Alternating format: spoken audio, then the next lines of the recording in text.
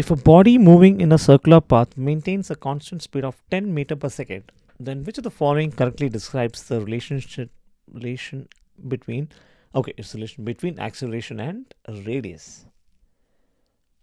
Okay, acceleration radius, all right. Okay, so let us first write down what is the acceleration given. So centripetal acceleration, right?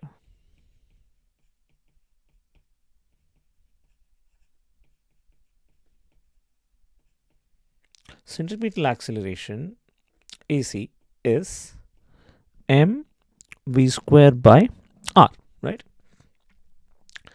So what is velocity here? It is constant velocity, so it is m into 10 square by r.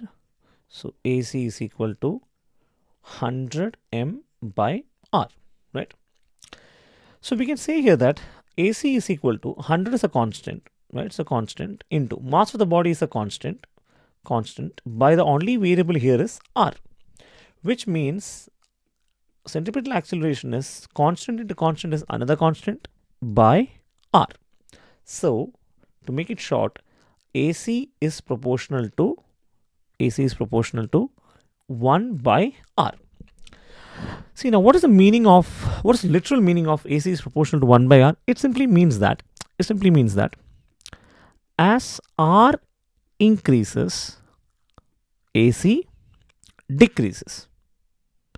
Say for example, the logic behind that, if denominator of a fraction increases, then the value of fraction will actually reduce. Say for example, we have 1 by 10, right, is 0.1, but what is 1 by 100?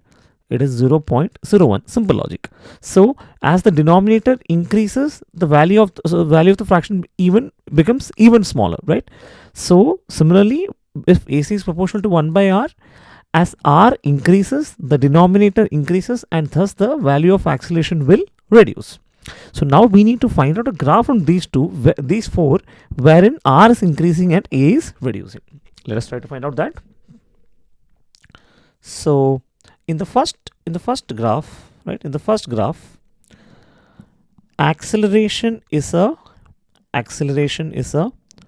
constant throughout, which is not what we are looking for.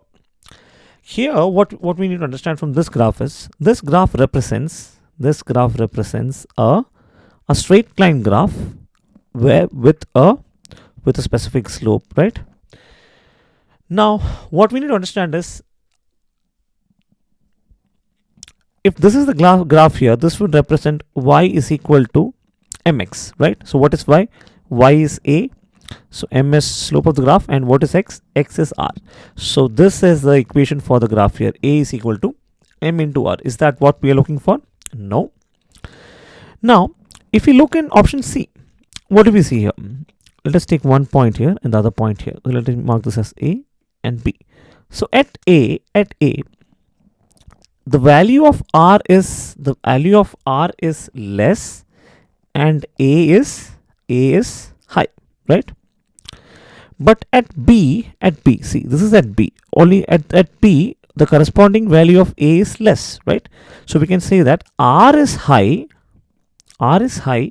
and A is low, or A is less, right?